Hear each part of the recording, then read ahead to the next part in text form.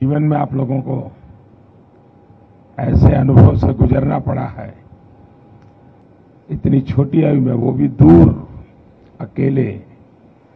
मैं कल्पना कर सकता हूं कि किस प्रकार की मानसिक परिस्थिति से आपको गुजरना पड़ा होगा। कठिनाइयों के बीच भी हम ठीक से अभी इवैक्यूएशन कर पा रहे हैं।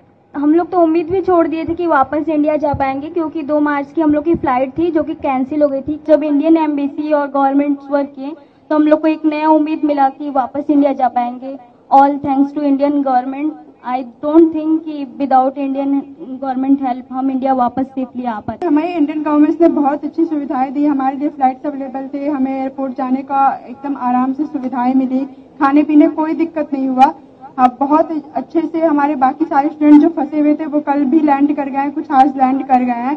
थैंक यू मोदी सर, हम लोगों ने बहुत आराम से हम वहां से निकल गए हैं। बॉर्डर क्रॉस करने के बाद इंडियन एम्बेसी ने हमें बहुत ही सुरक्षित तरीके से हमारे कंट्री में पहुंचाया। तो मैं हमारे प्रधानमंत्री नरेंद्र मोदी जी यानी कि आपका बहुत ही धन्यवाद कहना चाहूंगी कि आपने मुझे मेरे घर तक सुरक्षित पहुंचाया, और मुझे विश्वास है कि और भी जो बच्चे फंसे हैं आप उन्हें भी जल्द से जल्द उनके घर पहुंचा देंगे। सर 24 तारीख को जब अटैक हुआ तो हमें लगा था कि हम यहाँ से अपने देश वापस नहीं जा पाएंगे, और सर 2 रात हम ऐसे गुजारे जैसे लगा है कि हम मौत को कितने करीब से देख चुके हैं। बट सर मुझे गर्व है कि मैं भारत देश का वासी हूँ, और गर्व है मुझे यहाँ के सरकार पे, सर आप पे। और सर सबसे ज्यादा गर्व मुझे महसूस होता है अपने तिरंगे पर। जब हम इवैक्यूएशन से आ रहे तो हमें ऐसी नोटिस मिली थी कि आप अपने बस के आगे और खिड़कियों पे तिरंगे को लगा दीजिए, ताकि जब रशियन आर्मी देखेगी तो आपके केवल तिरंगे से वो आपको टच भी नहीं करेगी। और इस तरह मेरे लिए बहुत बड़ी बात है कि मैं ऐसे महान देश में पैदा हुआ। उस ड्यूरेशन में हमारे पास कोई होप नहीं था, और single hope only is this कि हमारा government and first of all sir specially you sir भगवान के बाद अगर घर में नाम लिया जा रहा था तो सर वो आप थे। मोदी जी हमें बचा लेंगे, अब जो भी कर सकते हैं मोदी जी कर सकते हैं। अब इससे बड़ा हम कुछ कह ही नहीं सकते सर। पेरेंट्स सब होप खो देते हैं सर, क्योंकि हमें बचाने के लिए हमारे पेरेंट्स कुछ भी कर सकते हैं, पर उस सिचुएशन में sir parents can't do anything, and that time they are all wishing from God and they are always, I have no word sir.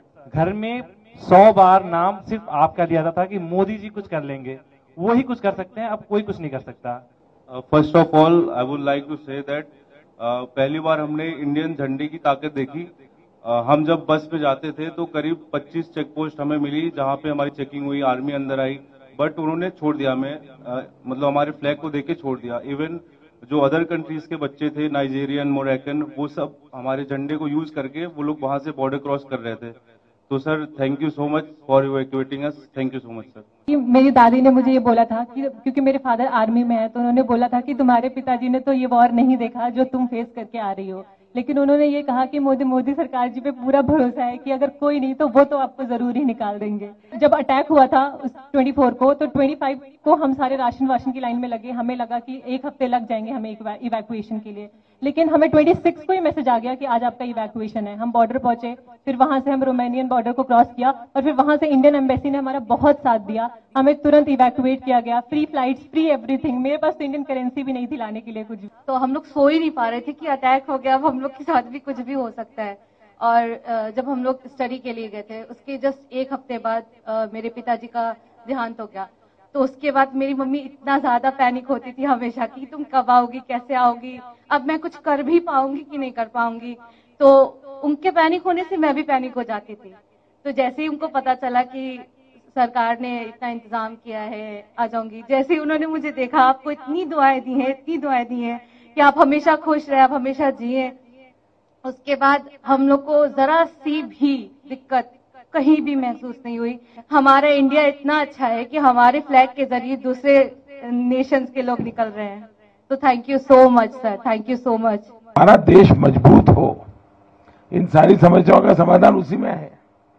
उसी प्रकार से मैं तो अभी भी मानता हूं कि अगर देश में पहले से मेडिकल एजुकेशन की नीतियां सही होती तो आप लोगों को बाहर नहीं जाना पड़ता।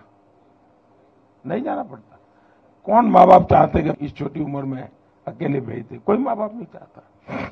लेकिन हम लगे हैं। देखिए, पहले करीब 300-400 के बीच में हमारे यहाँ मेडिकल कॉलेज थी, अब हम करीब 700 तक पहुंच गए हैं। हर जिले में मेडिकल कॉलेज कर रहे हैं। पहले हमारे देश में कोई 80-90 हजार के बीच में सीटें थी, अब पिछले 5 साल में हम उसको 1.5 लाख तक पहुंचा दिया है। यूपी में भी नए 2100 विद्यार्थियों के लिए सीटें बनाई हैं। यहाँ प्राइवेट मेडिकल कॉलेज भी करीब करीब डबल हो रही है। और मेरी कोशिश है कि हर जिले में मेडिकल कॉलेज हो। जिस प्रकार की कोशिश हम कर रहे हैं, तो शायद 10 साल के भीतर भीतर पिछले 70 साल में जितने डॉक्टर बने हैं उतने नए 10 साल में बन जाएंगे जी। इतना बड़ा काम हो जाएगा। तो फिर बच्चों को बाहर भी नहीं जाना पड़ेगा, मजबूरियां खत्म हो जाएगी, परिवार को भी टेंशन नहीं होगा। तो मेरी ये कोशिश है। लेकिन अच्छा है, सबको ये बताइए कि भाई देश के लिए तो कुछ न कुछ करते रहना चाहिए। समाज का कर्ज कभी भूलना नहीं चाहिए। तो इस संकट के समय स्वाभाविक है, क्योंकि अगर कोई बच्चा गुस्सा भी करता है तो मैं मानता हूं ये स्वाभाविक है। भाई, इतनी मुसीबत से आया है और इतनी ठंड में इतना चलना, तो ये बहुत स्वाभाविक है। अगर किसी बच्चे को, उसके माँ बाप को भी अगर गुस्सा है, इवन मेरे लिए, तो भी मेरा मत है कि उसका एक गुस्सा जायज है, जायज है। खैर, जब समझेगा, मन शांत होगा तो फिर प्यार भी करेगा। चलिए, बहुत बहुत धन्यवाद। आपके परिवार को भी मेरी बहुत शुभकामनाएं भैया।